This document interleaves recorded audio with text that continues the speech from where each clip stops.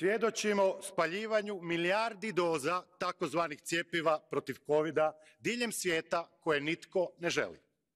Spaljuju se milijarde eura poreznih obveznika koje nitko ništa nije pitao.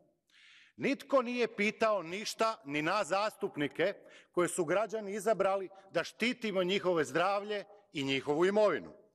Bilo bi bolje da smo odmah svi spalili sve cjepivo i spasili brojne živote i zdravlje građana.